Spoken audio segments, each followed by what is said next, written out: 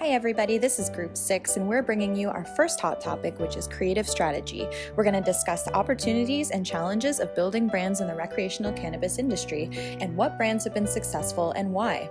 Recreational cannabis became legal in Canada on October 17, 2018 with the passing of the Federal Cannabis Act, making Canada the second country to do so after Uruguay.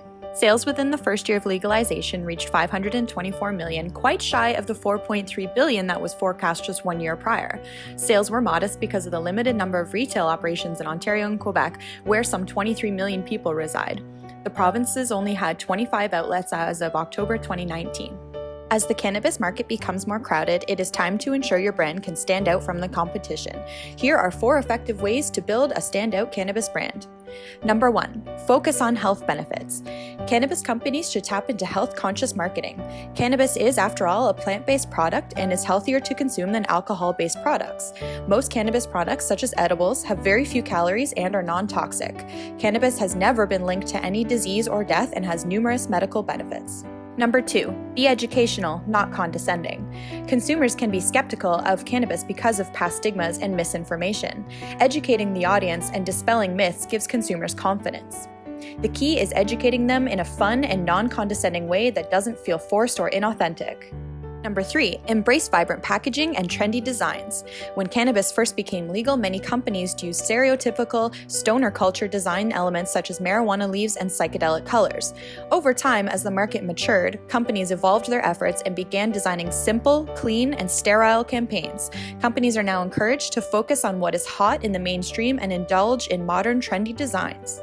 And number 4, have an authentic mission. Millennial and Gen Zs are a socially conscious audience and care about a brand's social mission and what they stand for. Companies can adapt a brand ethos by choosing a cause to align with the brand. As this industry is fairly new to the market, starting up fresh in this market is very tough. Even though legalization of cannabis has been made in this sector tends to be heavily regulated, as in term of use, it's currently stated as medical and recreational use. One of the companies that is in discussion is Canopy Growth.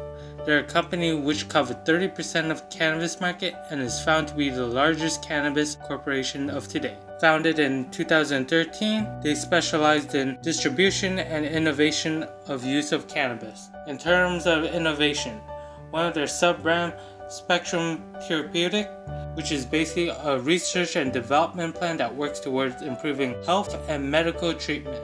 Some brands that Canopy own is Tweed, which mainly makes recreational uses, starting from Kush, infused drinks, oil, vape, edibles, etc. Then we have Spectrum Therapeutic, which focus on the medical treatment, which these products help with sleep, pain, nausea, anxiety, inflammation, and seizure.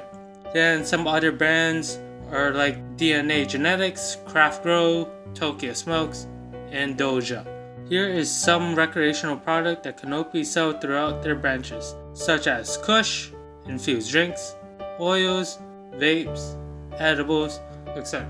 A popular dispenser in Toronto is Tokyo Smoke, which is in downtown Toronto, which is built like a classic window shopping vibe. There is no tablet, no giant screen, no scroll, just a classic hands-on experience.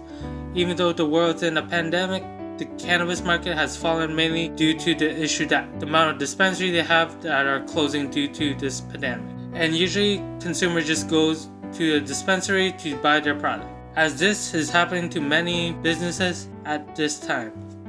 What's your niche? Before going to this area, it should be noticed that the look to this industry, cannabis industry, has shifted from stoners to accepting pot as a lifestyle. Accordingly, niche areas can be divided into various areas such as investing in relevant stocks, developing medical cannabis, issues related to legal cultivation, and of course focusing on extraction. In any of those areas, you need to know that it is important to identify USP. And what is USP? It is unique selling point. Simply, it's a sweet spot to attract people. So if you can attract people, congratulations to you, you have found your niche. And please notice that the niche is related to the people who are willing to buy it And in this concept, it is different from the market, because market is related to general people and audience who potentially can buy the product or service that you offer. And please notice that niche is a starting place. It's a starting place to make loyal followers. Now, getting back to our main focus, recreational marijuana, you need to know what is your target audience. Are you dealing with baby boomers or you're dealing with millennials? Each of these categories wants separate demands and issues. Now you have to focus on social media campaigns. Depending on the target that you've chosen, you need to come up with great campaign and promotions.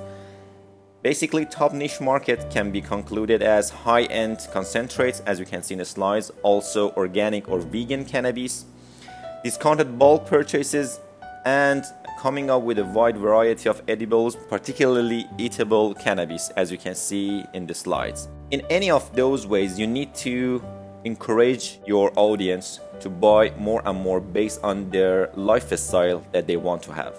Thank you.